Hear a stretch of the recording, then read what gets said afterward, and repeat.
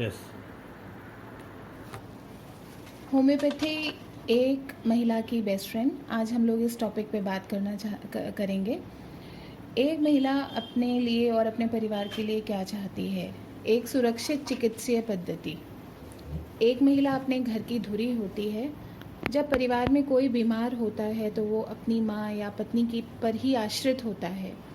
एक बहुत ही सत्य बात याद आ रही है इस समय। ये कहा गया है कि every woman is a born doctor, men have to study to become one। मतलब ये हुआ कि एक महिला जो है वो जन्म से ही एक डॉक्टर होती है, लेकिन आदमियों को एक डॉक्टर बनने के लिए उस विषय में पढ़ना पड़ता है।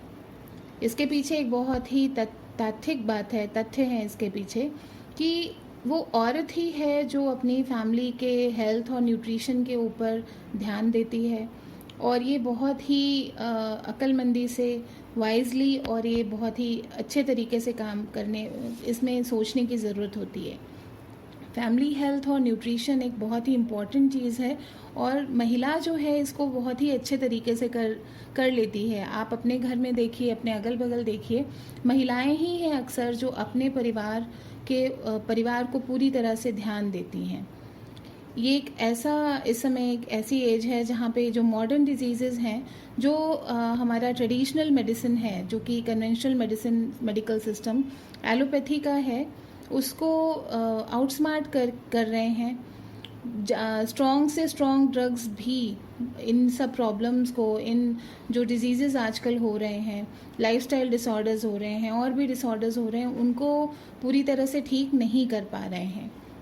इतने स्ट्रॉन्ग ड्रग्स लेने के बाद भी पेशेंट्स ठीक नहीं हो पाते हैं, और उस पे से दिक्कत क्या होती है कि इन स्ट्रॉन्ग ड्रग्स के अपने डेंजरस साइड इफ़ेक्ट्स होते हैं, और अक्सर होता है कि ये साइड इफ़ेक्ट्स जो होते हैं वो डिज़ीज़ से ज़्यादा वर्स होते हैं, ज़्यादा प्रॉब्लम क्रिएट करते हैं। तो उस समय जो महिला अपने घर की धुरी है, जो अपने परिवार का ध्यान रखती है, वो क्या चाहती हैं?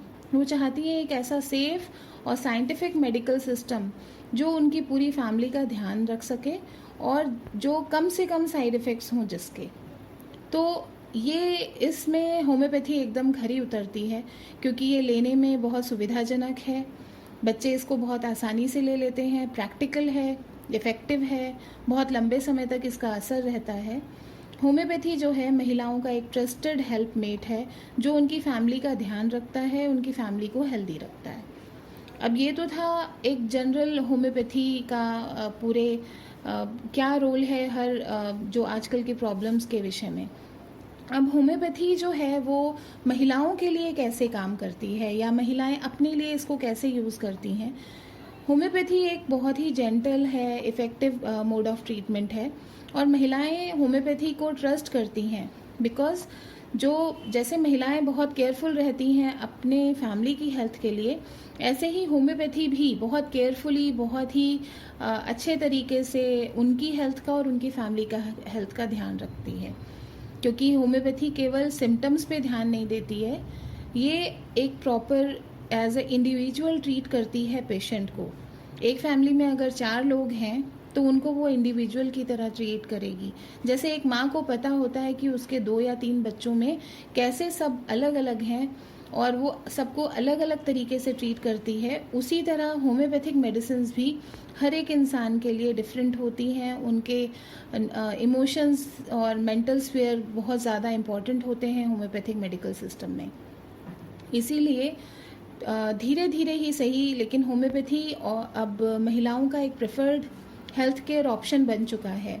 छोटी छोटी दिक्कतें जैसे एक्ने हो गया या हेयर फॉल हो गया, उससे लेके सीवियर प्रॉब्लम्स जैसे इनफर्टिलिटी हो गया, या फिर साइकोलॉजिकल प्रॉब्लम्स हों जैसे एंग्जाइटी और डिप्रेशन, इन सब में होम्योपैथी बहुत ही अच्छे तरीके से ट्रीटमेंट ऑफर करती है।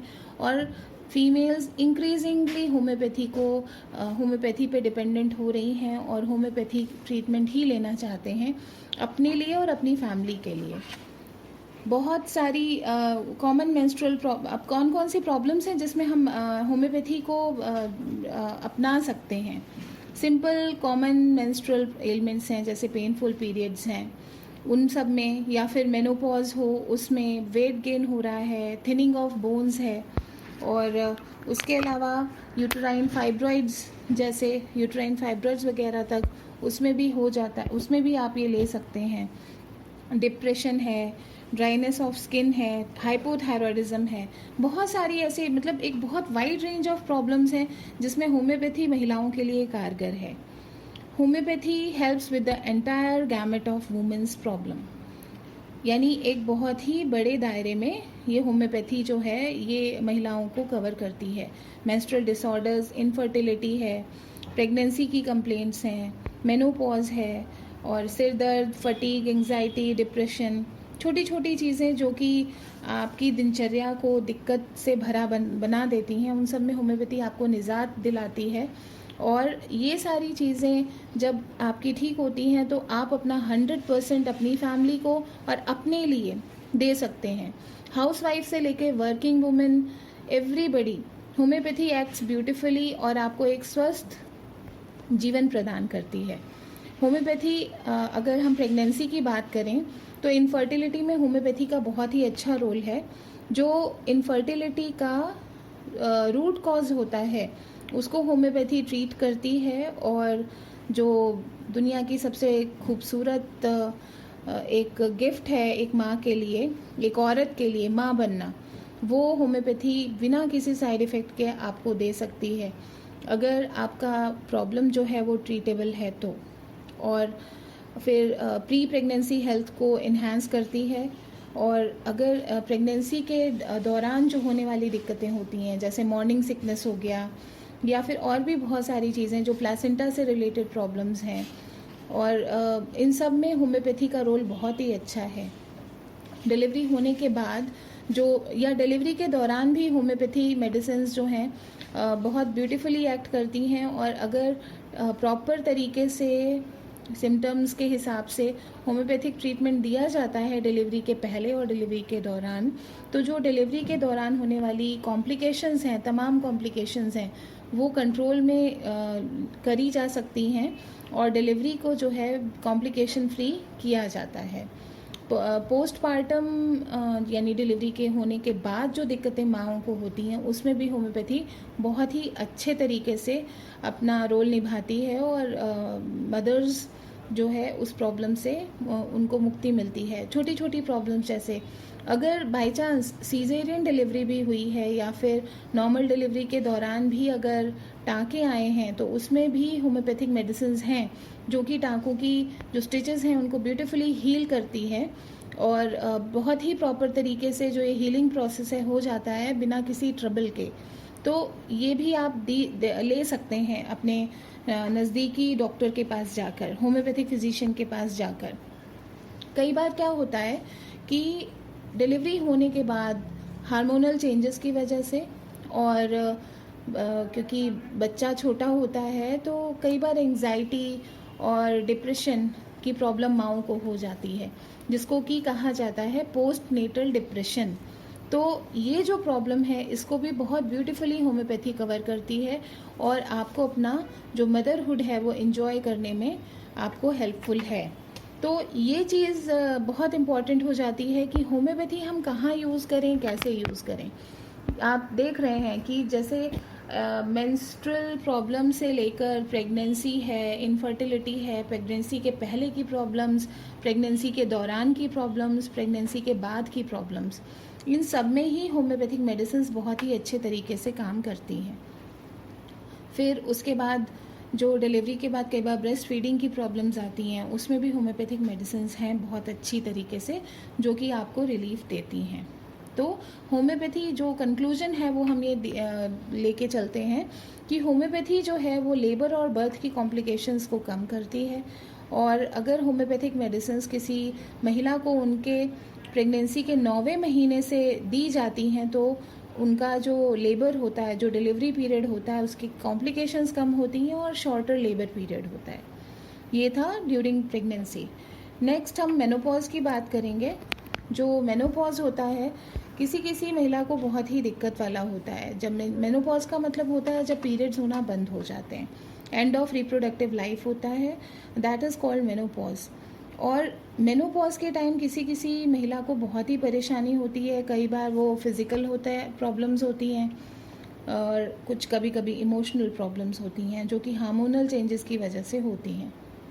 उस टाइम एक महिला को एक इमोशनल कंफर्ट की भी बहुत ज़रूरत होती है होम्योपैथिक दवाओं के साथ साथ, क्योंकि मेनोपॉज अपने साथ कई बार लेके आता है बहुत सारे अनकंफर्टेबल सिम्टम्स। यही समय है जब आप जो महिला है उसको एक ग्रेटर अंडरस्टैंडिंग की ज़रूरत होती है, जो परिवार के लोग हैं वो सपोर्ट करें, जो बच्चे हैं वो सपोर्ट करें, उनके हस्बैंड सपोर्ट करें उनको, और जो मेंटली वुमेन को बहुत स्ट्रांग होने की ज़रूरत उस टाइम होती है, क्योंकि वो बहुत डिप्रेस्ड और लो सेल्फ इस्टीम उनको फील होने लगता है। तो जब ये हार्मोनल चेंजेस होते हैं तो होम्योपैथिक मेडिसिन अगर दी जाती हैं तो ये सारे सिम्टम्स को बैलेंस करते हुए बहुत प्रॉपर तरीके से उस महिला को जो प्रॉब्लम्स हो रही हैं, जैसे हॉट फ्लैशेस हो गए, नाइट स्वेट्स हो गए, या फिर स्लीप के भी इश्यूज होते हैं, या बहुत ज़्यादा थकान होना, इन सब को बहुत अच्छे तरीके से डील करती है। इस समय कई बार होता भी है कि कुछ लोग हार्मोन रिप्लेसमेंट थेरेपी ले लेते हैं, लेकिन उसके अपने साइड इफ़ेक्ट हैं। हार्मोनल रिप्लेसमेंट थेरेपी को ना लेते हुए अगर होम्योपैथिक मेडिसिन ली जाती हैं तो वो बेटर रहता है। ठीक है, तो ये सारी जो चीज़ें हैं इसमें होम्योपैथिक मेडिसिन का बहुत ही बढ़िया रोल है। छोटी बच्चियों के लिए जिनको पीरियड स्टार्ट होते हैं उनके लिए होम्योपैथिक मेडिसिन आर अ बून, एक वरदान के समान होती हैं, क्योंकि कई बार होता है कि इनिशियल स्टेजेस में ही अगर प्रॉब्लम्स की वजह से हार्मोनल ट्रीटमेंट चल गया तो आगे आने वाली लाइफ में उनको बहुत दिक्कतें होती हैं। तो अगर शुरू में कोई दिक्कतें हैं, बच्चियों को दिक्कतें हैं, तो माएँ अक्सर प्रेफर करती हैं कि होम्योपैथिक मेडिसिन ही उनको दी जाएं, जिससे कि कभी उनको कोई आगे प्रॉब्लम ना हो। जो बच्चियों में एक प्रॉब्लम देखी गई है, स्पेशली जो 17-18 साल से लेकर आजकल शुरू हो जाती है और 25-30 साल की औरतों में ज़्यादा होती है, मतलब ये जो टाइम पीरियड है 16-17 ईयर्स टू 30 ईयर्स, वो है PCOD, पॉलीसिस्टिक ओवेरियन डिजीज़। और इसके लिए होम्योपैथिक एक्ट्स ब्यूटिफुली, क्योंकि ये बहुत ही एक वाइड एरे की प्रॉब्लम है जिसमें कि इमोशनल कॉजेज़ भी बहुत इम्पॉर्टेंट रोल प्ले करते हैं। जो हमारा हम होम्योपैथी में बिलीव करते हैं कि कोई भी डिज़ीज़ के पीछे एक बहुत इमोशंस और मेंटल स्फेयर बहुत इम्पॉर्टेंट होता है। तो यहाँ पे इसीलिए होम्योपैथी का रोल और स्ट्रॉन्ग हो जाता है, क्योंकि जब हम जब किसी को ट्रीटमेंट देते हैं तो मेडिसिन सेलेक्ट करने के लिए जो हमारा केस टेकिंग की प्रक्रिया होती है उसमें हम सब फिज़िकल, इमोशनल, मेंटल स्फेयर पूरा कवर करते हैं। तो जो रूट कॉज है हमारे पास उसका ट्रीटमेंट हम करते हैं, जिससे कि ये प्रॉब्लम सॉल्व हो जाती है। PCOD का एक बहुत ही बड़ा कॉम्प्लिकेशन है इनफर्टिलिटी, जो कि एक हैज़ार्ड की तरह जो है एक महिला का पीछा करता रहता है। तो अगर टाइमली PCOD का ट्रीटमेंट एक यंग एज में ही होम्योपैथी से करा दिया जाए तो ये निदान संभव है इसका कि ये सिस्टिक प्रॉब्लम ठीक हो जाती है और जो है आगे की कॉम्प्लिकेशन से बचा जा सकता है। फर्दर जो और एक इम्पॉर्टेंट प्रॉब्लम है फाइब्रॉइड, यूटेराइन फाइब्रॉइड। ये भी एक बहुत बड़ा रीज़न है जिसकी वजह से हिस्टेरेक्टोमी होती है, यानी यूट्रस को निकाल दिया जाता है। यूट्रस को निकाल देने का वही एक बहुत बड़ा प्रॉब्लम होता है जो कि मेनोपॉज के टाइम होता है, क्योंकि बॉडी को जो हार्मोन्स, एक फीमेल बॉडी के जो हार्मोन्स होते हैं वो कम्प्लीटली बंद हो जाते हैं बनना, वो भी एब्रप्टली। जैसे ही यूट्रस बॉडी के बाहर निकाल दिया जाता है तो फीमेल हार्मोन्स जो हैं वो बॉडी में बंद हो गए, तो वैसे ही एक औरत को बहुत ज़्यादा दिक्कतें हो जाती हैं क्योंकि हार्मोन्स हैं ही नहीं बॉडी में। तो अगर फाइब्रॉइड्स इनिशियल स्टेजेस में हैं और एक ट्रीटेबल है तो होम्योपैथी से बहुत अच्छे तरीके से ठीक हो जाते हैं। और दिक्कत ये भी होती है कि अगर बहुत ज़्यादा फाइब्रॉइड्स हैं और बहुत बड़े हैं तो अक्सर सर्जरी के अलावा कोई ऑप्शन नहीं रहता, लेकिन अगर टाइमली ट्रीटमेंट दे दिया जाए तो ये सारी चीज़ें ठीक हो जाती हैं, हिस्टेरेक्टोमी की ज़रूरत नहीं पड़ती है। और जो फाइब्रॉइड्स की वजह से एक्सेसिव ब्लीडिंग होना, पेन होना, ये सारी जो DOB, कई बार होता है कि बिना किसी कारण के भी फीमेल्स को ब्लीडिंग बहुत ज़्यादा होती है। उन केसेस में जहाँ कोई कारण डायग्नोज नहीं हो रहा है उस समय भी हम लोग इंडिविजुअलाइजेशन यानी प्रॉपर केस टेकिंग के थ्रू हम होम्योपैथिक मेडिसिन देके ये प्रॉब्लम को ठीक कर देते हैं। नेक्स्ट एक बहुत ही इम्पॉर्टेंट प्रॉब्लम है जो कि आजकल बहुत ज़्यादा देखी जा रही है, हाइपोथायरॉयडिज्म की, जिसकी वजह जो औरतों में बहुत ज़्यादा पाई जा रही है। जो आजकल का परिवेश है, खान पान है, और स्पेशली जो लाइफस्टाइल है, उसके अलावा जो स्ट्रेस है इस लाइफ का, ये थायराइड लेवल्स को डिस्टर्ब करता है और फीमेल्स अक्सर हाइपोथायरॉयडिज्म की शिकार होती हैं। ये प्रॉब्लम जो है मेटाबॉलिज्म को भी डिस्टर्ब करती है, फीमेल हार्मोन्स को भी डिस्टर्ब करती है, ओवरऑल जो है डिस्टर्बेंस क्रिएट करती है। तो ये जो है, इसको अगर हम होम्योपैथी के द्वारा ट्रीट करते हैं तो थायराइड ग्लैंड की जो फंक्शनिंग है वो फिर से वापस से प्रॉपर हो जाती है, और जो बॉडी है वो प्रॉपर फंक्शनिंग के लिए तैयार रहती है, और हमारा जो शरीर है वो आर्टिफिशियल थायराइड हार्मोन्स के ऊपर डिपेंडेंट नहीं रहता, जिनका अपना एक अलग साइड इफ़ेक्ट है। अगर टाइमली सारी चीज़ों के लिए दवाइयाँ ली जाती हैं, होम्योपैथिक ट्रीटमेंट लिया जाता है, तो बहुत ही संभव है कि जल्दी ही ये ठीक हो जाता है। और अगर कुछ काफ़ी सालों का भी हो गया है तो भी हम लोग जो मेडिसिन पे डिपेंडेंसी है उसको ख़त्म कर देते हैं होम्योपैथिक दवाइयों के द्वारा। हाँ, ये बात अलग है कि अगर बहुत ही ज़्यादा स्थिति बिगड़ी हुई है, अब अगर आप बहुत देर से आए हैं तो कई बार दिक्कत होती है। इसीलिए एडवाइस यही किया जाता है कि जब भी आपको दिक्कतें शुरुआती दौर में हों तो आप किसी होम्योपैथिक कंसल्टेंट से मिलें। थायराइड की प्रॉब्लम्स की वजह से अक्सर हेयर फॉल भी बहुत होता है, और ओबेसिटी एक बहुत कॉमन प्रॉब्लम है पीसीओडी और हाइपोथायरॉयडिज्म की वजह से। तो ये रूट कॉज यही है, हाइपोथायरॉयडिज्म हो गया, पीसीओडी हो गया। इसकी वजह से जो भी प्रॉब्लम होंगी, जब इनका ट्रीटमेंट होता है तो ये अपने आप धीरे धीरे ठीक हो जाता है। पॉलीसिस्टिक ओवेरियन डिजीज़ की वजह से हेयर फॉल है, डैंड्रफ है, एक्ने है, जो कि वैसे भी फीमेल्स को इमोशनली और मेंटली डिप्रेशन और एग्जाइटी में डाल देता है। अगर किसी को एक्ने होगा, हेयर फॉल होगा, तो वैसे ही पेशेंट जो है अपने फिजिकल अपीयरेंस को लेके फीमेल्स कॉन्शियस रहती हैं, तो वैसे ही वो डिप्रेशन में चली जाती हैं। तो ये सारी चीज़ें होम्योपैथी बहुत ब्यूटीफुली कवर करती है। इसीलिए कहा जाता है कि homeopathy is a women's best friend. इसी बारे में हमारा जो एक नैना होम्यो केयर से मेरा एक इंटरव्यू हुआ था, इसमें आकाशवाणी के प्रोग्राम ज्ञानवाणी में। तो कुछ एक्सपर्ट्स हैं, एक्सर्प्ट्स हैं इसके, तो हम लोग आगे इसको कंटिन्यू करते हुए सुनते हैं।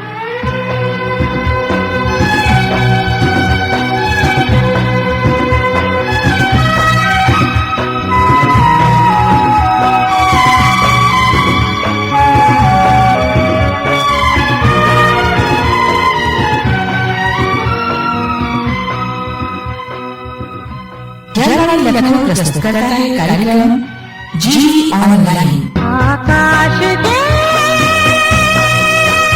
उस पार भी आकाश है, आकाश दे उस पार भी आकाश है, आकाश पे बहते समय की तरह बहते रहो जैसे बहे ये हवा, आकाश के उस पार भी आकाश है।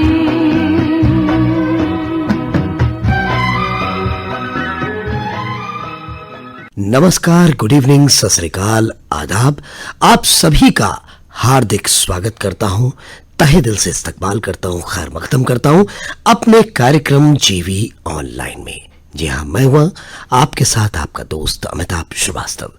जी हाँ, जैसा कि आप जानते हैं, ये जीवी ऑनलाइन कार्यक्रम हम खास तौर से अपने सभी श्रोताओं के लिए लेकर के आते हैं, और इस कार्यक्रम के अंतर्गत हम आपको समय समय पर अलग अलग विषयों पर जानकारी देते रहते हैं।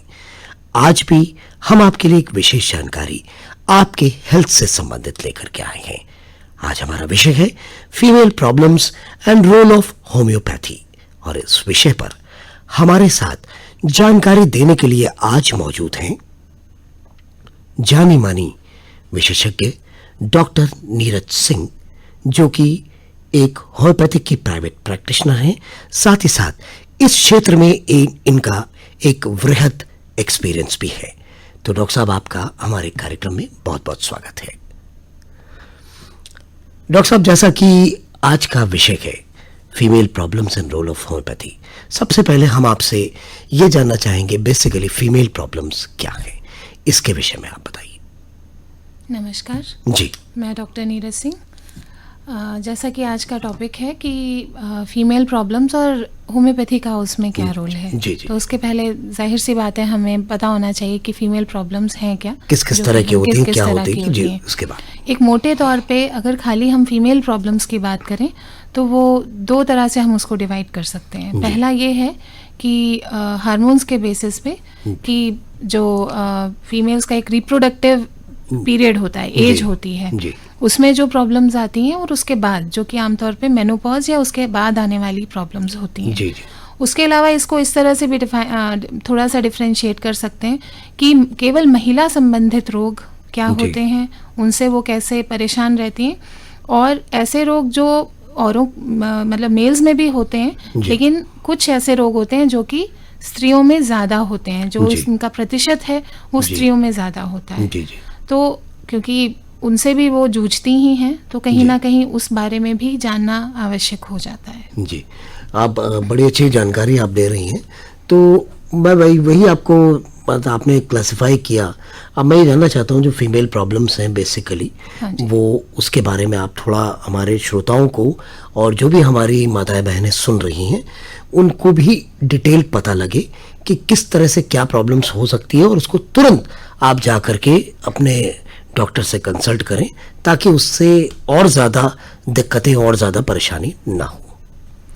ठीक है, आप ये बिल्कुल आपने सही कहा कि माताएं बहनें जो हैं वो थोड़ा सा संकोच रहता है उनके अंदर। बिल्कुल। जैसे पहले तो कई बार उन लोगों को पता ही नहीं होता है कि ये प्रॉब्लम है जी, और फिर जब उनको लगता है कि नहीं ये चीज़ ज़्यादा परेशानी कर रही है तो वो कई बार संकोच करती हैं कि घर में किसको बताएं। कई बार तो बच्चियां जो हैं वो अपनी माँ तक से वो शेयर नहीं करती हैं कि हाँ मुझे इस तरह की कोई परेशानी हो रही है, जो कि आगे चल के एक गंभीर समस्या बन सकती है। तो उनको ये जानना ज़रूरी है कि अगर ये प्रॉब्लम, ये लक्षण हैं उनके साथ, तो वाकई ये कोई दिक्कत वाली बात है, और सबसे बड़ी बात ये दिक्कत ठीक हो सकती है अगर समय पे इसका इलाज कर लिया जाए।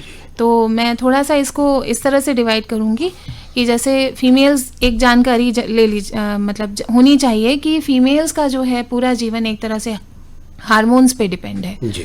तो उसमें जैसे प्यूबर्टी यानी जबकि पीरियड्स या मासिक शुरू होता है, उस समय का जो पीरियड होता है उसको प्यूबर्टी कहा जाता है। उसके बाद की जो एज है जब तक मासिक धर्म होता है वो रिप्रोडक्टिव एज है, और उसके बाद का मेनोपॉज होता है जब पीरियड्स बंद हो जाते हैं। वो भी आगे हम उसको ऐसे डिवाइड कर सकते हैं कि जब प्री मेनोपॉज यानी पहले का समय जो जब पीरियड बंद होने वाला है, और मेनोपॉज और उसके बाद का समय, उस समय की अपनी अलग तरीके की दिक्कतें होती हैं। हर पीरियड की अपनी एक दिक्कत है। एक औरत का शरीर इन्हीं सब हार्मोन्स के चलते बहुत ही ज़्यादा उतार चढ़ाव के अंदर जाता है, जिससे वो अलग अलग तरह की प्रॉब्लम्स जो शारीरिक होती हैं वो तो झेलती ही झेलती है, उसके अलावा मानसिक प्रॉब्लम्स, स्ट्रेस जो आ जाते हैं इसकी वजह से वो भी उनके मतलब उनके दौरान वो गुजरती है। तो सबसे पहले हम बात करेंगे प्यूबर्टी की। सबसे पहले तो यही चीज़ एक बहुत बच्ची के लिए एक बहुत दिक्कत वाली बात हो जाती है कि आखिर ये हो क्या गया। उन लोगों के अंदर तरह तरह की भ्रांतियां उत्पन्न होती हैं कि है क्या ये दिक्कत। उम्र में बहुत छोटे होते हैं जिससे उनको आजकल जो ये प्रॉब्लम है, खासतौर से मेंटल प्रॉब्लम बहुत हो जाती है इसमें। जी। वो एक तो उसके अलावा एक चीज आज क्योंकि खान पान की जो समस्या है, हमारा खान पान में बहुत सारे हार्मोन्स और पेस्टिसाइड्स हैं, जिसकी वजह से ये जो एज थी ये बहुत पहले हो गई है।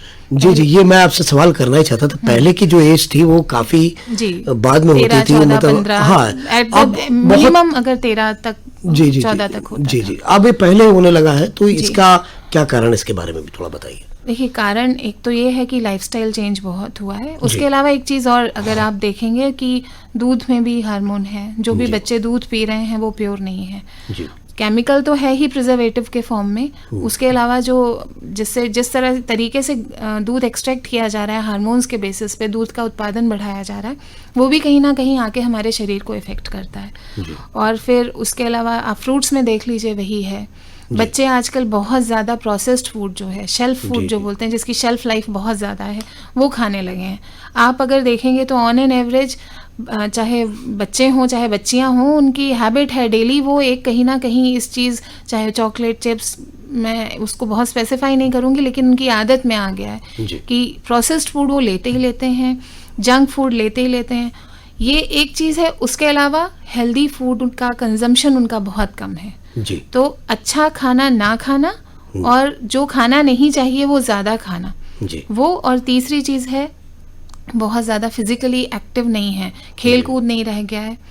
पढ़ाई की वजह से बहुत टाइम कंज्यूम होता है, जो स्कूल में टाइम कंज्यूम हुआ, फिर आने जाने में जो टाइम कंज्यूम हुआ लखनऊ जैसे शहर में, और उसके अलावा जो है घर में होमवर्क के तले ट्यूशन, तो कहीं ना कहीं वो पूरे टाइम एक तो स्ट्रेस है, चाहे वो हेल्दी ही हो, लेकिन बच्चों के पास खेलने का समय नहीं रह गया है जी। तो वो आपको इफ़ेक्ट करेगा, बच्चों को इफ़ेक्ट करता है। तो बच्चियों में ये इस तरह से हार्मोन्स की वजह से ये पीरियड पहले हो गया है, ये जो है जी। तो इसमें एक अच्छी पहल की जा रही है कि अब बहुत सारी माएँ अपने बच्चियों को पहले से थोड़ा सा अंदाज़ा दे देती हैं कि हाँ किस तरह की हो सकता है कि इस तरह की कोई प्रॉब्लम हो तो मुझे सबसे पहले बताओ, या अगर स्कूल में हो तो अपनी मैम को बताओ, अगर कुछ भी हो। कई बार बच्चे बहुत ज़्यादा एंग्शियस हो जाते हैं उस चीज़ को लेके, तो सवाल भी बहुत करते हैं, और कुछ बच्चे चुप हो जाते हैं। दोनों ही तरह के रिएक्शन आपको मिलेंगे। तो वो टैकल, हर बच्चा अलग किस्म का है, तो उसको उनकी मदर्स को ही समझाना पड़ेगा कि किस तरह से उनसे बात की जाए कि वो उसके अंदर से वो डर निकल जाए, और कहीं ना कहीं इस चीज़ को लेके वो थोड़ा सा काम महसूस करे, थोड़ा सा उसको रिलैक्स हो जाए कि ऐसी कोई डरने वाली बात नहीं है, ये एक नॉर्मल बात है जो हर लड़की के साथ होनी है। तो कहीं ना कहीं वो चीज़ उसको वो एक्सेप्ट कर लेगी, तो उसको बहुत ज़्यादा मानसिक तौर पे परेशानी नहीं होगी जी। अच्छा, उस दौरान आने वाली जो बहुत सारी प्रॉब्लम्स होती हैं, उसमें सबसे ज़्यादा तो यही है कि अक्सर बच्चियों को शुरुआत में दर्द की शिकायत बहुत होती है जी। जिसको मेडिकल लैंग्वेज में डिस्मेनोरिया कहेंगे हम जी। तो उसके लिए दो चीज़ों की दिक्कत है। अक्सर आप भ्रांति ये है कि जो परिवार हैं वो कहेंगे नहीं इसके लिए दवा नहीं लेना है जी। तो वो बच्ची बेचारी तड़पती रहती है उसी में तकलीफ में, लेकिन उसकी वजह से स्कूल भी मिस होता है, और सबसे बड़ी बात है वो इससे डरने लगती है, इतना ज़्यादा वो स्ट्रेस में आ जाती है कि कहीं ना कहीं रिएक्ट करेगी, फिर इरिटेबल होना और ये सारी चीज़ें, कहीं ना कहीं एग्रेसिव भी बच्चे हो जाते हैं। और सबसे बड़ी बात है मदर से ट्रस्ट खोना शुरू कर देते हैं कि ये समझ ही नहीं रही हैं कि ये क्यों हो रहा है। मेरे पास ऐसे केसेस आते हैं कि इनको कोई परवाह नहीं है, और मदर क्या सोचती हैं कि नहीं पेन किलर इसमें नहीं देना चाहिए। ऐसा नहीं है। पहले तो आप फर्स्ट एड के तौर पे जो हम कहेंगे इसको कि आप कहीं ना कहीं कंसल्ट करके आप दवा दे सकते हैं। दूसरी चीज़, यहाँ मैं होम्योपैथी की बात करूंगी कि हमारे इसमें होम्योपैथी में इसको ठीक करने के बहुत सारे मेडिसिन हैं। तो आप अपने आसपास कोई ना कोई अच्छे होम्योपैथ को ज़रूर कंसल्ट करें अगर इस तरह की दिक्कत से आपके घर में कोई बच्ची गुजर रही है तो। रिपीटेडली, कभी कभी होना अलग बात है, लेकिन अगर हर महीने उसको ये दिक्कत है कि वो इतना ज़्यादा तकलीफ है कि वो 1-2 दिन बिस्तर से उठ नहीं सकती है, तो आपको ज़रूर दिखा लेना चाहिए, जिससे कि एटलीस्ट ये प्रॉब्लम तो दूर हो जाए। कई बार ये देखा गया है कि हर महीना ना आके ये कई बार गैप हो जाता है। अगर ये शुरुआत के 6 महीने या 1 साल तक है ये परेशानी कि इरेगुलर है, कभी टाइम से आया फिर 2-3 महीने गैप हो गया, तो थोड़ा सा वेट करिए। लेकिन अगर 1-1.5 साल के बाद भी ये परेशानी है तो ज़रूर किसी गायनेकोलॉजिस्ट को दिखा लेना चाहिए कि आगे वो राय क्या देती हैं कि क्या आप जांचें कराइए, जिससे वो एक क्लियर हो जाएगा कि ऐसा आखिर हो क्यों रहा है।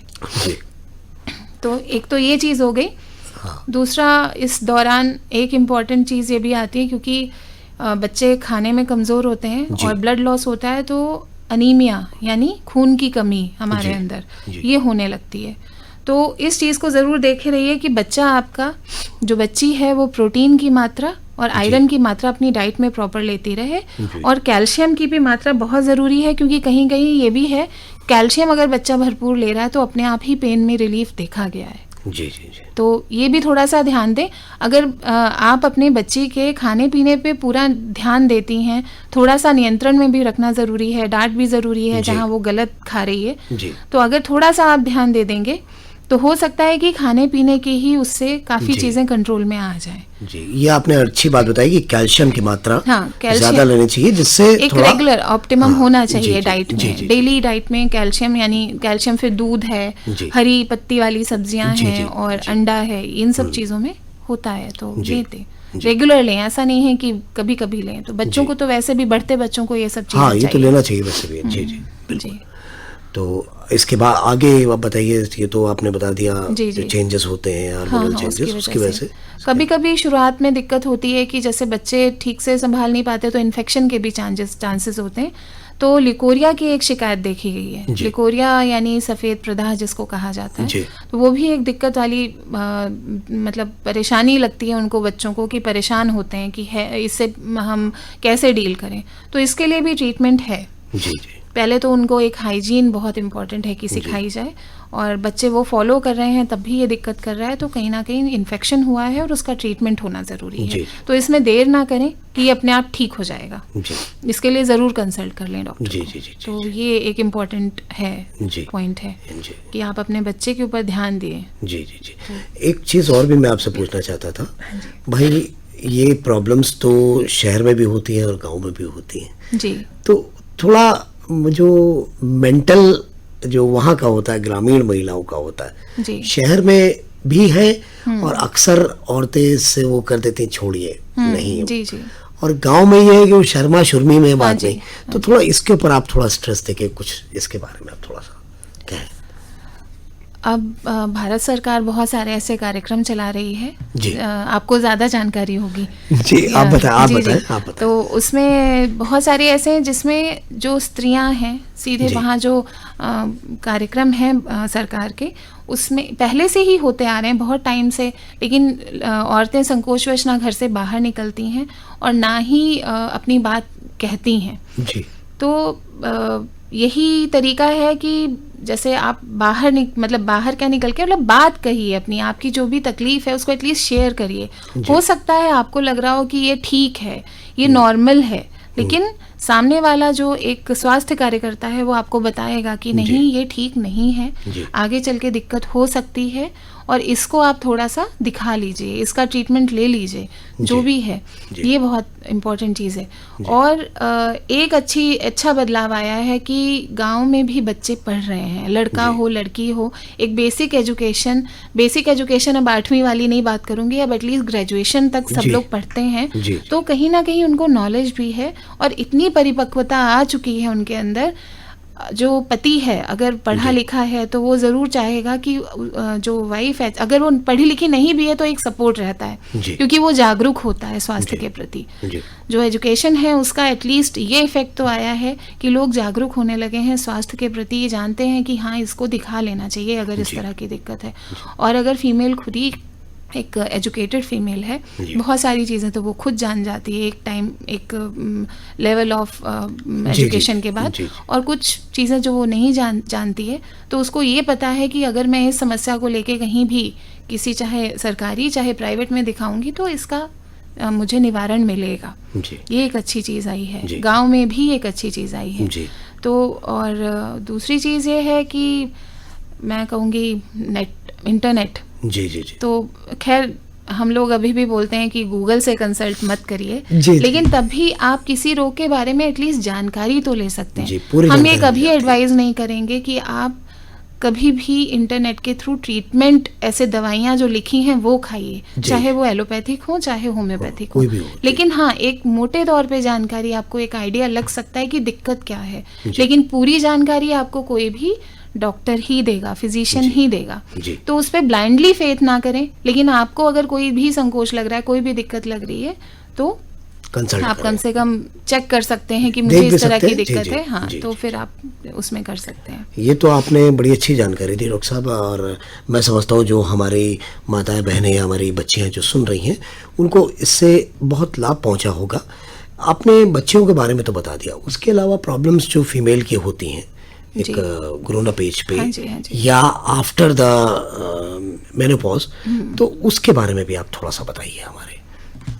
चलिए, ये जैसे रिप्रोडक्टिव एज में जी। जाहिर है हम प्रेगनेंसी की बात ज़रूर जी, करेंगे। जी। तो प्रेगनेंसी में जो प्रेगनेंसी रिलेटेड प्रॉब्लम्स हैं वो सबसे पहला तो आ जाता है कि इनफर्टिलिटी। जी तो उसमें है कि काफ़ी जैसे शादी के 2 से 3 साल के पहले तो 1 ही साल माना जाता है, ये 1 साल तक, लेकिन आजकल क्योंकि ये स्पैन बढ़ा दिया गया है, 2 से 3 साल तक भी अगर कंसेप्शन नहीं होता जी, जी, है concept ट्राई नहीं- करने के बाद जी, भी, जी, जी। तो उस चीज़ को इनफर्टिलिटी टर्म किया जाता है। जी। कई बार ये सेकेंडरी भी होती है। सेकेंडरी का मतलब ये होता है कि एक बार बच्चा हो गया है, उनके पास जी। एक लिविंग बेबी है, जी। वो लिविंग भी हो सकता है या एक बार जैसे स्टिल बर्थ हुआ, डेड जी, बर्थ जी, हुआ, जी। उसको भी, लेकिन हम क्योंकि वो एक बार कंसीव किया है जी तो उसके बाद अब कंसेप्शन नहीं हो रहा है, तो वो जी। सेकेंडरी फर्टिलिटी होती, इनफर्टिलिटी होती है। जी तो दोनों ही का इलाज तब संभव है। पहले तो इसमें ये ज़रूरी है कि इन्वेस्टिगेशंस यानी जांचें पूरी कराई जाएं जी। कि आखिर दिक्कत ये क्यों आ रही है। जी। और उसके बाद जो भी प्रॉब्लम है, अक्सर ये पीसीओडी की वजह से होती है, जी।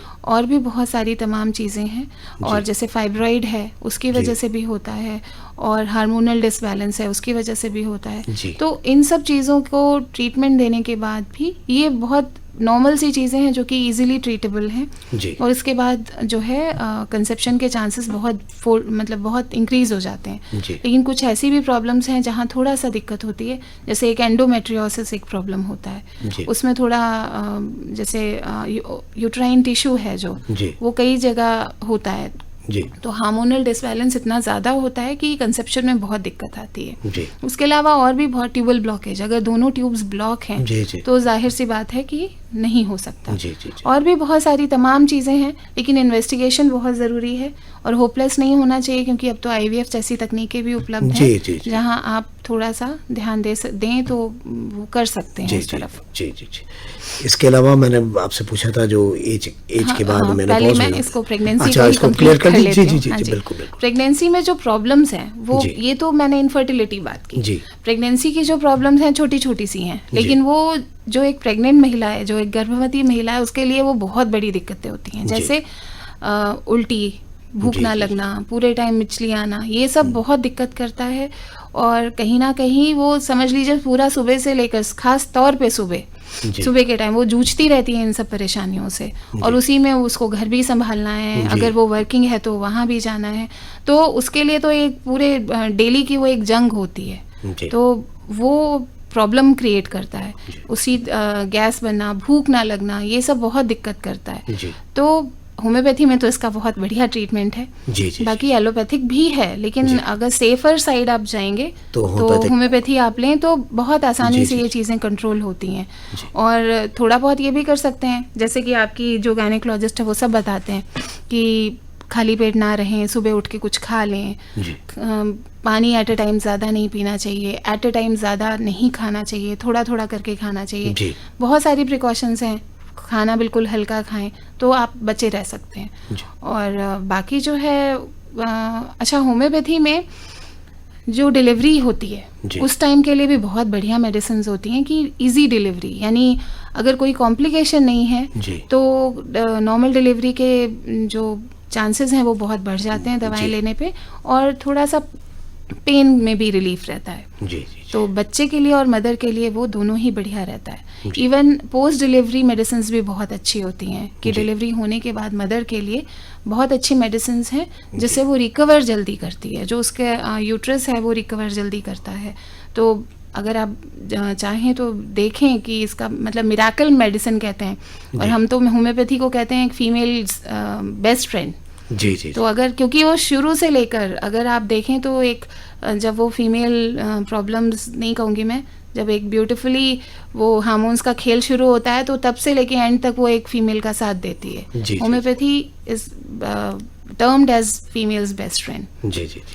सबसे बड़ी बात है क्योंकि साइड इफेक्ट भी हाँ जी, नहीं होता है, वो दैट नहीं इज द मेन थिंग। क्योंकि एलोपैथी में साइड इफेक्ट्स बहुत होते हैं हर चीज़ जी, के, जी, जी। इसमें ये बहुत बड़ा वो है। और अगर मैं समझता हूँ लोग इसके प्रति जागरूक हो जाएं ज़्यादा, तो ज़्यादा फायदा हो सकता है हेल्थ में। और ये चीज़ हो रही है, वाकई हो जी, रही जी, है। जी। लोग अब ज़्यादा, अभी तो ये परसेंटेज है इस तरह से कि लोग पहले मतलब कंसल्ट करते हैं दूसरी जगह, नहीं आराम होता तो वो आते हैं। जी मैं कंडेम नहीं करूंगी किसी भी पैथी को, क्योंकि हर पैथी का जी, अपना जी, एक रोल है, अपना रोल होता है, लेकिन जी। ये चीज़ है कि लोग अब जागरूक हो रहे जी। हैं, बिलीव करने लगे हैं। और एक ये चीज़ है, अगर कोई family believe, specially ladies believe करती हैं, तो वो पूरी फैमिली ही एक तरह से होम्योपैथी मेडिसिन लेती है। जी। बच्चों के लिए तो बहुत अच्छा होता है ये। जी, मुझे मालूम है, मेरी डॉटर ने शुरू से होम्योपैथी लिया है जी। और आज तक वो होम्योपैथिक पे ही रिएक्शन उसका सबसे अच्छा आता है।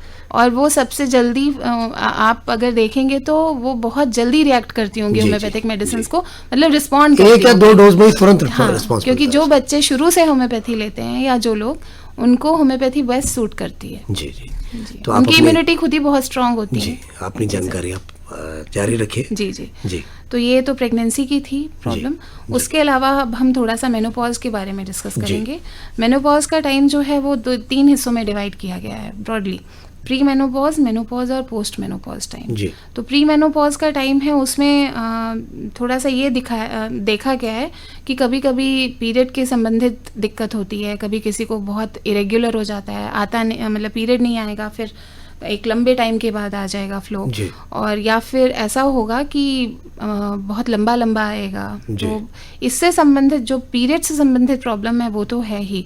उसके अलावा जो प्रॉब्लम्स हैं कि हॉट फ्लशेस जिसको कहा जाता है, जी हॉट फ्लशेस ऐसे डिस्क्राइब कर सकते हैं कि जैसे एकदम से गर्मी लगना, पसीना आ जाना, ऐसे जी। लगता है कि पता नहीं क्या हो गया। जी। जैसे अगर मैं कहूँ कि उनको ऐसे बोला जाए कि बीपी बढ़ गया एकदम से, जी जी जी तो वो जो सिम्टम्स आएंगे वो थोड़ा सा उसको हॉट फ्लैशेस बोलेंगे, वो अपने आप ठीक हो जाता है। जी अक्सर यही होता है कि इस दौरान गर्मी बहुत ज़्यादा लगने लगती जी, है लेडीज़ को, तो वो भी है, चिड़चिड़ाहट होना, इन्हीं सब हार्मोनल जी। चेंजेस की वजह से ये सारी प्रॉब्लम्स शुरू हो जाती हैं। जी। तो आप अगर दिखा लें डॉक्टर को तो ये ठीक हो सकता है।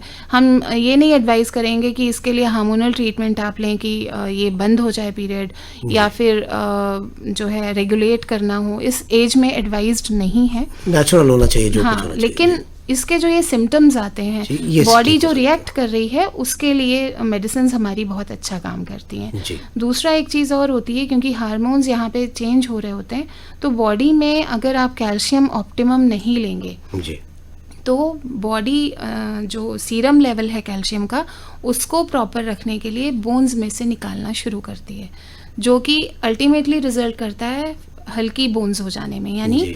पोरस बोन्स जिसको बोलते हैं, ऑस्टियोपोरोसिस की प्रॉब्लम। जी जी जी तो यहाँ पे इस दौरान आप अगर, इसीलिए कहा गया है कि 40 प्लस के बाद आमतौर पे ध्यान दें कि कैल्शियम की मात्रा अगर आपके खाने में ऑप्टिमम नहीं है तो आप एज अ सप्लीमेंट लेना शुरू कर दें, जी। ऑन एंड ऑफ, जी, बहुत रेगुलर नहीं, लिया छोड़ा इस तरह एक से महीना आपको खाया लेना फिर है। एक थोड़ा गैप दे हाँ, दिया। ऐसा कर सकते हैं आप। मतलब वो खुद कैसी हैं वो उस पे डिपेंड करेगा। अगर जी। वो डाइट अपनी प्रॉपर रख पा रही हैं तो सप्लीमेंट की मात्रा कम लेनी पड़ेगी जी। या फ्रीक्वेंसी कम करेंगी। लेकिन अगर उनका डाइट बहुत पुअर है तो उसमें कहीं ना कहीं उनको बहुत ज़रूरी है कि वो कुछ उस चीज़ को बढ़ाएं। जी जी और अक्सर आपने देखा होगा कि इस ओल्ड एज में, वैसे तो मेल्स के साथ भी होता है लेकिन लेडीज़ के साथ अक्सर सुना होगा, गिरे और कूल्हे की हड्डी टूट गई, जी जी जी या फिर फिसले और हाथ की हड्डी टूट जी। गई। तो वो प्रॉब्लम गिरने उससे नहीं होना चाहिए ना, क्योंकि गिरे ही तो हैं, हाँ हाँ वो इसलिए हुआ क्योंकि हड्डी कमज़ोर हो गई हैं। जी जी जी तो इसलिए बहुत ध्यान दें। 40 प्लस के बाद लेडीज़ जो हैं वो अपने खान पान पे, अपने लाइफस्टाइल पे बहुत ध्यान देने वाला है उनको। एक्सरसाइज बहुत ज़रूरी है बोन्स की स्ट्रेंथ के लिए। जी इसीलिए कहा जाता है कि एक्सरसाइज को अपने डेली जो आपका रूटीन है, एक दिनचर्या है, उसका जी। एक पार्ट बनाइए। जी। फिर चाहे वो आप कुछ भी करिए, आप वॉक करिए, योगा करिए, जी। जिम करिए, जी। जो आपको सूट करता है जी। वो आप करिए। लेकिन एक्सरसाइज, स्ट्रेंथ एक्सरसाइजेज ज़रूरी हैं जिससे कि बोन स्ट्रांग रहे, तो आपको आगे 20-30 साल बाद आने वाली जो एज है उसमें ये प्रॉब्लम्स ना फेस करनी जी पड़े। जी जी ये हो गया। जी और फिर दूसरी जो ये रिप्रोडक्टिव एज के आसपास जो प्रॉब्लम्स आती हैं, वो एक बहुत बड़ी प्रॉब्लम है पीसीओडी। जी, मैं इसी पे पूछना ही चाहता था जी। कि पीसीओडी की जो प्रॉब्लम है, हाँ जी। इसके आजकल इसका बहुत वो चल रहा है, तो इसके बारे में आप थोड़ा बताएं, और ख़ास तौर से जो लड़कियां, गर्ल्स हैं, उनके अंदर ये होता है जिसकी वजह से आने वाले समय में बड़ी दिक्कतें होती हैं, इस विषय में आप थोड़ी जानकारी दें। ये थोड़ा सा इस एज में ज़्यादा पहले देखा गया था कि ये 20 to 30 की एज में, लेकिन अब तो 13, 14, 15 इयर्स की एज में भी मेरे पास पेशेंट इसकी आती हैं जी, जी। कि जिनको पीसीओडी डायग्नोज्ड है प्रॉपर। साथ में एक और प्रॉब्लम भी है, हाइपोथायराइड, उसके बारे में भी थोड़ा आप बताइएगा। जी जी हाँ, मैं बताती हूँ। जी पीसीओडी का जो फुल फॉर्म है उसको हम कहेंगे पॉलीसिस्टिक ओवेरियन डिजीज, जी। यानी ओवरी जो है वो अंडकोश कहा जाता है, जिसमें अंडे होते हैं। हर महीने एक अंडा उसमें से मैच्योर होकर रप्चर होता है और उसके बाद जो है प्रॉपर पीरियड्स होते हैं। जी। वो एक साइकिल है, वो हर बार होता है जी, जब भी किसी लड़की को या स्त्री को मासिक स्राव होता है। जी। लेकिन पीसीओडी की प्रॉब्लम में क्योंकि बॉडी में हार्मोन्स का बैलेंस बहुत गड़बड़ हो चुका है, तो उसमें से कोई भी एग प्रॉपरली मैच्योर नहीं होता, जी रप्चर नहीं होता। कोई एक अलग अलग स्टेज पे ही वो मैच्योरिटी काफ़ी सारे एग्स में आ जाती है और वो टाइमली मतलब फॉलिकल्स में आ जाती है, वो टाइमली एग उसमें से रप्चर नहीं हो पाता है। तो होता क्या है कि या तो वो पीरियड्स होंगे ही नहीं, प्रोलॉन्ग्ड होंगे, 2-2, 3-3 महीने निकल जाएंगे, या फिर ऐसा भी होता है कि क्योंकि यूट्रस पे हार्मोन्स का काम एज इट इज चल रहा होता है, जी। तो अब जब शुरू होगा तो वो फ्लो बंद नहीं होगा। दोनों ही तरह की प्रॉब्लम्स हैं, इसीलिए वो बच्चियां परेशान हो जाती हैं कि पीरियड्स हुए नहीं तो होते ही नहीं है, और होते हैं तो फिर बंद नहीं होते। तो अल्टीमेटली होता क्या है, वो हार्मोन्स पे डिपेंड होने लगती हैं कि हार्मोन्स का एक प्रिस्क्रिप्शन होता है कि ये लेना है तो होगा, फिर उसके बाद जो है जी ये चीज़ शुरू होगी तो फिर उसके लिए फिर कुछ और लेना है कि ये बंद किया जाए। तो उसके लिए बहुत इम्पोर्टेंट है कि आप थोड़ा सा अपने, नो डाउट हार्मोन प्रॉब्लम है तो एकदम से खाली ऐसे बिना मेडिसिन लिए नहीं काम करेगा, लेकिन उसके लिए आप ये कर सकते हैं कि अपना लाइफस्टाइल थोड़ा सा सुधारें, क्योंकि पीसीओडी एक सिम्टम है, एक प्रॉब्लम है, लेकिन जब वो और सारी चीज़ों के साथ आने लगती है तो पीसीओएस हो जाता है, पॉलीसिस्टिक ओवेरियन सिंड्रोम। सिंड्रोम का मतलब है बहुत सारी प्रॉब्लम्स एक साथ होना। तो इस सिंड्रोम में जो और चीज़ें हैं वो हैं डायबिटिक होने लगते हैं, इंसुलिन रेजिस्टेंस आ जाता है बॉडी में, ओबेसिटी एक बहुत बड़ी समस्या है पीसीओडी के साथ। अक्सर देखा गया है कि काफ़ी ज़्यादा प्रतिशत जो है वो अगर पीसीओडी से पीड़ित है बच्ची या स्त्री, तो वो एक ओबीज मतलब मोटापा। हाँ, तो उतना यानी एक हल्का फुल्का नहीं, कायदे से वो जो है फैट परसेंटेज भी इंक्रीज हुआ होगा, वो होगा, और फिर कोलेस्ट्रॉल बढ़ जाता है अक्सर। जी। तो ये सारी चीज़ें, अब ये कोलेस्ट्रॉल भी है, शुगर भी है, ये कहीं ना कहीं फिर जाके फर्टिलिटी को भी प्रॉब्लम करते हैं, ये तीनों चारों चीज़ें मिला के, तो एक सिंड्रोम हो जाता है। फिर ये सिंड्रोम जब हुआ है तो ये भी देखा गया है कि कई बार सिस्ट वाली जो प्रॉब्लम है, जो बेसिकली प्रॉब्लम थी पीसीओडी, तो ओवरी में सिस्ट नहीं होते, लेकिन ये बाकी सारी चीज़ें होती हैं। तो वो सिंड्रोम को काउंट करेंगे हम कि है प्रॉब्लम है पॉलीसिस्टिक से ही, भले अभी शो नहीं कर रहा है। तो इसको ट्रीटमेंट लीजिए, नो डाउट, बट आपको और चीज़ें क्या ध्यान देनी है कि आप जो है अपना लाइफस्टाइल चेंज करिए। लाइफस्टाइल चेंज करने का सबसे ज़रूरी जो आजकल प्रॉब्लम देखी गई है, आपने देखा होगा कि बच्चे देर से सोते हैं, सुबह देर तक सोते हैं। जी बिल्कुल। इसको चेंज करना बहुत इम्पोर्टेंट है। जो हमारा स्लीप साइकिल है वो कुदरत का दिया गया है, अगर हम उसको डिस्टर्ब करते हैं तो कहीं ना कहीं हमें डिस्टर्बेंस होगा। तो वो चेंज करना बहुत ज़्यादा इम्पोर्टेंट होता है। उसको आप कोशिश करें कि धीरे धीरे करके बच्चे अपनी हैबिट में लाएं। एक्सक्यूजेस बहुत सारे होते हैं कि लेट नाइट पढ़ना है, ये करना है, वो करना है, लेकिन कोशिश ये करें कि ठीक है, आप अगर देर से सो भी रहे हैं तो सुबह जल्दी उठें, भले आप दिन में थोड़ी देर सो लें। सुबह उठ के अगर आप कोई भी एक्सरसाइज अपना जो भी करना है वो तो आपको करनी है, क्योंकि ओबेसिटी आ चुकी है, तो वो आप करें। और खाने पीने में बहुत ज़्यादा जंक फूड और फास्ट फूड तो आप पॉलीसिस्टिक पेशेंट्स के लिए तो बहुत ही नुकसानदायक है। और एक चीज़ है इम्पॉर्टेंट जो इस समय चल भी रहा है, प्लास्टिक नहीं उपयोग करना है। प्लास्टिक के कंटेनर, कोई भी चीज़ जो प्लास्टिक में रखी गई है, अक्सर हम लोग माइक्रोवेव में प्लास्टिक कंटेनर्स में ही रीहीट करते हैं, वो नहीं करना है। आप कोई भी स्टोरेज करिए ईटेबल आइटम्स का, उसको प्लास्टिक में सब स्टोर मत करिए। एक चीज़ डॉक्टर साहब पूछना चाहता हूँ आपसे कि इसमें कुछ ऐसी डिजीजेस भी हैं, मतलब कोई प्रॉब्लम्स ऐसी भी हैं जो कि आगे जा करके कैंसर में भी कन्वर्ट हो सकती है, हो सकती उसके बारे में थोड़ा सा उस पर प्रकाश डालिए थोड़ा सा। ठीक है, जैसे कुछ चीज़ें हैं, पीआईडी बोलते हैं, पेल्विक इन्फ्लेमेटरी डिजीजेस, ये भी इन्फेक्शन की वजह से ही होता है, और बहुत लंबे समय तक अगर इसको ट्रीट नहीं किया जाता है तो चांसेस होते हैं कि कैंसर में तब्दील हो जाए। जी। ऐसे ही बहुत सारी चीज़ें कि जैसे फाइब्रॉइड है, अपने आप में ये बिनाइन है। बिनाइन मतलब इससे कोई दिक्कत नहीं होती है। मैलिग्नेंसी इज कैंसर, लेकिन जो है अगर फाइब्रॉइड है लेकिन अगर इसमें इन्फेक्शन हुआ या कुछ हुआ तो भी कैंसरस होता है। जी। आप ये समझ लीजिए, मैं एक नॉर्मल जस्ट वेग टर्म यूज़ करूं कि कोई भी ऐसी प्रॉब्लम जो अनट्रीटेबल है और उस पर सुपर इम्पोज्ड कॉम्प्लिकेशन हो तो वो कैंसर में तब्दील हो सकती है। अगर timely precaution, prevention, medicine treatment नहीं लिया गया तो दिक्कत हो सकती है। होनी ही है नहीं, हो सकती है।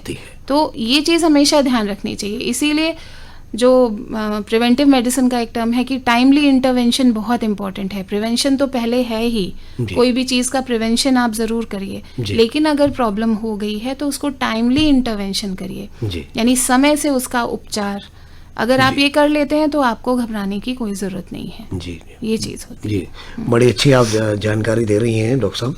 एक टर्म मैंने और यूज़ किया था, हाइपोथायराइड, उसके बारे में भी थोड़ा सा। देखिए, थायराइड ग्लैंड जो है हमारी गर्दन में सामने की तरफ होता है, बटरफ्लाई शेप का होता है जी। और उससे एक मतलब हार्मोन सिक्रीट होते हैं जो T3, T4 और TSH। जी। उसमें जो TSH है मोस्टली उसी से कंसर्न प्रॉब्लम सारी होती है। TSH की मात्रा एक नॉर्मल जो वैल्यू है उससे अगर वो ज़्यादा सिक्रीट हो रहा है बॉडी में तो उसको जो है उसकी वजह से जो प्रॉब्लम्स आती हैं, और अगर वो कम सिक्रीट हो रहा है तो उसकी वजह से जो प्रॉब्लम्स आती हैं वो दोनों दो टर्म्स हैं, हाइपरथायरॉयडिज्म और हाइपोथायरॉयडिज्म। हाइपरथायरॉयडिज्म तब होता है जब हमारा थायराइड ग्लैंड हाइपर एक्टिव है, यानी वो ओवर काम कर रहा है। ऐसे पेशेंट बिल्कुल दुबले पतले से होंगे, उनका जो बेसल मेटाबॉलिक रेट होता है वो बहुत ज़्यादा होता है, हाई होता है। और हाइपोथायरॉयड के जो पेशेंट्स होते हैं जो कि ज़्यादा हैं, हाइपर थायराइड के आपको इतने नहीं मिलेंगे, हाइपोथायराइड के मिलेंगे, उसमें भी आपको लेडीज ज्यादा मिलेंगी, उनको ज्यादा है ये। जी, थायराइड की प्रॉब्लम बेसिकली लेडीज में ज्यादा देखी जाती है। 3:1 का रेशियो है। अगर आप 4 लोग देखेंगे, मतलब हाइपोथायराइडिज्म के 4 पेशेंट्स देखेंगे तो उसमें से 3 लेडीज होती हैं जी। ये एक रेशियो देखा गया है। जी जी जी। तो ये प्रॉब्लम बहुत तेजी से हो रही है। इसका भी मेन कल्प्रिट जो हार्मोन्स हैं वो तो हैं, इसके बहुत सारे रीजंस होते हैं। हम लोग बहुत डीपर में ना जाके जो प्रॉब्लम्स जो खुद से पेशेंट ठीक मतलब थोड़ा सा इंटरवेन कर सकता है उसके बारे में ही डिस्कस कर रहे हैं, नहीं तो प्रॉब्लम्स तो बहुत अलग अलग तरीके की होती हैं। जी जी जी। तो जो है उसमें अगर देखेंगे आप तो एक मेजर प्रॉब्लम है लाइफस्टाइल, वही मैं आऊँगी जो पॉलीसिस्टिक पे आ रही हूँ। और पॉलीसिस्टिक के बारे में हमने डिस्कस किया था। और उसके अलावा हाइपोथायरॉयडिज्म स्ट्रेस की वजह से भी बहुत दिक्कत करता है। अगर बॉडी बहुत लंबे समय तक स्ट्रेस में रही है, जो कि अक्सर लेडीज़ के साथ होता है, तो ये दिक्कत देखी गई है कि बाद में आके थायराइड ग्लैंड उसको स्ट्रेस, देखिए स्ट्रेस कंट्रोल करने का जो मेजर हमारा बॉडी पार्ट है वो एक थायराइड ग्लैंड है, वो बॉडी को एक तरह से रेगुलेट करता है। तो अगर आप देखेंगे कि अगर बॉडी बहुत या मेंटल इमोशनल ट्रॉमा रहा है, स्ट्रेस रहा है, तो कहीं ना कहीं हाइपोथायरॉयडिज्म की प्रॉब्लम देर सवेर उस पेशेंट उस इंसान को होती है। तो बड़ी अच्छी जानकारी दे रही हैं डॉक्टर साहब आप। और मैं मतलब ये समझता हूँ कि जो हमारे श्रोता सुन रहे हैं वो कम से कम उनको इस बात से लाभ पहुंच रहा होगा, और ख़ास तौर से माताएं बहनों और बच्चियों को उनको ये पता लग रहा होगा कि जो भी जानकारी आज दी जा रही है वो उनके स्वास्थ्य से संबंधित है, और भविष्य में अगर उनको कोई भी दिक्कतें इस तरह की होती हैं तो वो मतलब अपने आसपास जो भी डॉक्टर्स हैं उनसे कंसल्ट कर सकते हैं, इन सब से निजात पा सकते हैं। तो ये तो आप हाइपोथायरॉयडिज्म के बारे में बता रही थी, आपने बड़ी अच्छी जानकारी दी। और मैं समझता हूँ कि जो भी हमारी लिसनर्स हैं वो सुन रहे होंगे तो उनको इससे लाभ पहुँचा होगा। तो अब थोड़ा सा समय हमारे पास है, तो आज का जो टॉपिक है फीमेल प्रॉब्लम्स, तो हम लोगों ने बात करी काफ़ी, लेकिन रोल ऑफ होम्योपैथी, तो इस पे हम थोड़ा सा चाहेंगे आप प्रकाश डालिए कि होम्योपैथिक से किस तरह का ट्रीटमेंट क्या हो सकता है और उससे किस तरह से निजात पा सकते हैं हमारी जो माताएं बहनें हैं। जी जी। होम्योपैथी, अगर मैं ये कहूँ कि मैंने पहले भी कहा कि फीमेल्स बेस्ट फ्रेंड, एक औरत की बहुत अच्छी सहेली है जी। और होम्योपैथी के बारे में मैं ये कहूँगी कि जो हमारा तरीका है ट्रीट करने का, जी हम लोग इंडिविजुअलाइजेशन से काम करते हैं। जी। इंडिविजुअलाइजेशन मतलब जैसे हर इंसान एक दूसरे इंसान से भिन्न है, अलग है। जी आप अगर देखेंगे तो जो आइडेंटिकल ट्विन्स होते हैं वो तक एक दूसरे से सेपरेट होते हैं। जी। मैं केवल फिंगरप्रिंट्स की बात नहीं कर रही हूँ, आप बहुत सारी चीज़ों में, चाहे आप उनके इमोशंस देखेंगे या उनका जो मेंटल मेकअप है वो देखिए, कई बार फिजिकली भी वो डिफरेंट होते हैं, फीचर्स थोड़े बहुत सेम हों तो भी। यानी जब आइडेंटिकल ट्विन्स भी एक दूसरे से डिफरेंट हैं तो कोई भी दो इंसान एक जैसे नहीं हो सकते। जी जी और कोई भी एक एज तक आने के लिए वो बहुत सारे लेयर्स से गुजरता है। जी जैसे कि बिल्डअप होता है ना, एक पारिवारिक माहौल, जी, फिर उसके जी। बाद एक सामाजिक माहौल, सोसाइटी का जो माहौल है वो, और फिर एक उससे भी ऊपर आता है स्पिरिचुअल। बहुत सारी चीज़ें काम करती हैं। जैसे डेफिनेशन यही है हु से हमारी हेल्थ की कि मेंटल, इमोशनल, फिजिकल, स्पिरिचुअल, जी। बहुत सारे एस्पेक्ट में हमारी हेल्थ डिफाइन की गई है। जी जी जी जी तो हर एक इंसान का ऐसे ही एस्पेक्ट होता है। जी तो हम जब होम्योपैथिक केस टेकिंग लेते हैं, यानी होम्योपैथिक पेशेंट जब हमारे पास आता है तो हम उससे एक पूरा ब्यौरा लेते हैं। जी तो पूछते हैं, तो अगर क्रॉनिक प्रॉब्लम है तो पूरी तरह से उसको ठीक करने के लिए ये ज़रूरी है कि वो पेशेंट आपको पूरी केस टेकिंग दे। जी तो उसमें बहुत सारे, जैसे मेंटल सिम्टम्स का मतलब ये नहीं होता है कि मतलब जिसको पागलपन है जी, या जी। हल्के से इस तरह की प्रॉब्लम, वही मेंटल सिम्टम्स मतलब सिंपल सा भी हो सकता है कि जैसे मैं कहूँ कि मेमोरी है, जी किसी की याददाश्त कमज़ोर है, कोई बहुत ज़्यादा क्रैमिंग करने के बाद लर्न कर पाता है, कोई एक बार में ग्रास्प कर लेता है। जी। ये तो एक चीज़ है मेमोरी। ऐसे ही सब चीज़ें डिफरेंट होती हैं। किसी को गुस्सा ज़्यादा आता है तो अलग है, या किसी को बहुत काम एंड वैसा रहता है तो वो अलग हो गया। इवन अगर आप एंगर में भी देखें तो एंगर की बहुत सारी रिएक्शंस होंगी। कोई गुस्से में बात करना बंद कर देगा, जी कोई गुस्से में बहुत ज़्यादा बोलेगा, कोई गुस्से में बहुत वॉयलेंट हो जाएगा। मतलब एक ही हमने इमोशन लिया है एंगर, लेकिन उसका जो रिएक्शन है हर अलग काफ़ी अलग। तरह का हो जी, सकता जी, है। जी। तो ऐसे ही जब पूरी बॉडी अलग अलग एक एक सिम्टम हम लोग चेक करते हैं, बात करते हैं, तो पेशेंट कई बार बहुत सारी चीज़ें बताता है, तो वो एक पेशेंट पिक्चर तैयार होती है। जी, जी। और उसको हम, हमारे पास होम्योपैथी में बहुत सारी मेडिसिन हैं, और जब उससे मैच करते हैं तो जो बेस्ट मेडिसिन होती है जी। वो दी जाती है और जिससे ट्रीटमेंट होता है। ये एक होम्योपैथिक ट्रीटमेंट का एस्पेक्ट था। जी उसमें जो main ये, हम लोग- ये सभी हम पूछते हैं कि मीठा अच्छा लगता है, हाँ जी, हाँ जी। या कड़वा पसंद है, हाँ। या ये मतलब ये सब मेंटल उसके लिए है ये, हाँ, ये बिल्कुल जी। वो उसका इंडिविजुअल है कि कि हाँ ये है। जैसे कई बच्चे भी आपने देखा होगा या औरतें भी देखेंगे, वो टेबल सॉल्ट अगर रखा हुआ है टेबल पे तो वो खाली सॉल्ट भी खा सकते हैं जी जी उठा के। तो वो हर कोई नहीं कर सकता, जी जी क्योंकि उनका वो क्रेविंग है एक तरह से, वो जी। खाएंगे ही। वो किसी को खाने के बाद कुछ ना कुछ मीठा चाहिए, नहीं तो वो अनईजी फील करने लगता जी, है। तो वो ये चीज़ हम लोग काउंट करते हैं, ये हमारे सिस्टम में वैल्यू है इन सब चीज़ों की। और सबसे ज़्यादा वैल्यू है इमोशंस की। जी मेंटल मेकअप तो है ही, जी। लेकिन इमोशंस हमारे लिए बहुत वैल्यू रखती हैं, जी। क्योंकि कहीं ना कहीं इमोशंस ही हैं। आप जो लेटेस्ट रिसर्च हो रहा है, रिसर्च वर्क हो रहा है, तो यही उसमें पाया गया है कि किसी भी डिजीज़ का जो अंडरलाइंग कॉज है वो पास्ट की इमोशंस रहा है। जी यानी बड़े से बड़ा फिजिकल प्रॉब्लम जैसे कैंसर है, अगर जी। मैं कहूँ यहाँ फाइब्रॉइड है, as simple as mouth ulcer है, जी। या फिर सर्वाइकल स्पॉन्डिलाइटिस है, जी। कुछ बहुत सारी चीज़ें ऐसी जिनका मेन कॉज एक थियोरी के अकॉर्डिंग जी जी बिल्कुल इमोशंस है। बिल्कुल। तो खैर हम तो ये काफ़ी साल से देखते आ रहे जी। हैं। हमारे यहाँ तो डॉक्टर हनीमन ने शुरू से ही यही दिखाया कि जी। इमोशंस को काउंट करना बहुत इम्पोर्टेंट है।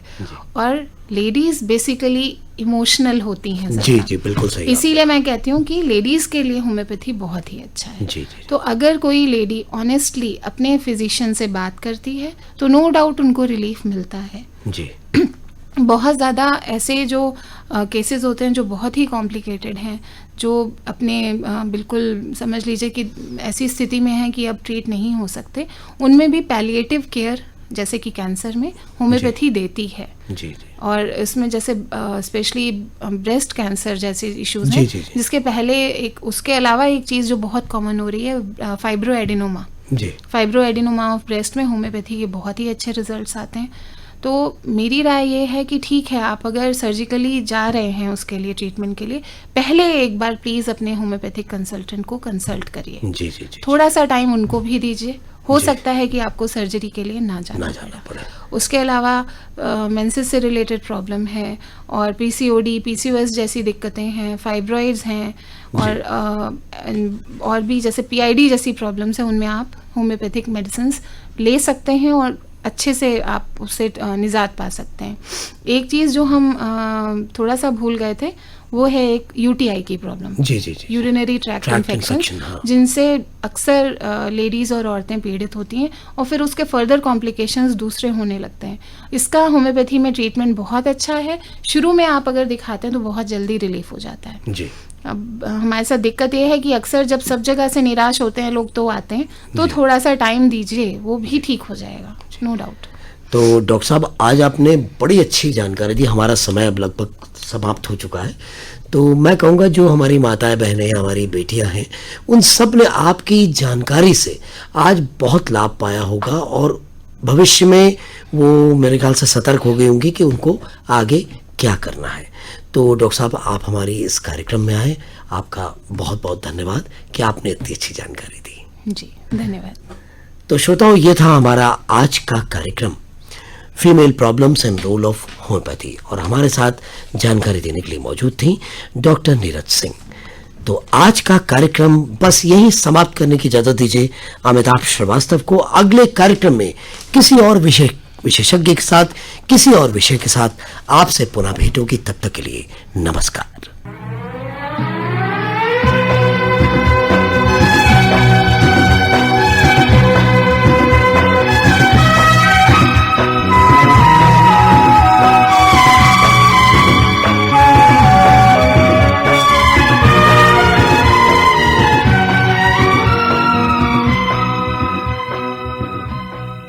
लखनऊ प्रस्तुत करता है कार्यक्रम जीवी ऑनलाइन।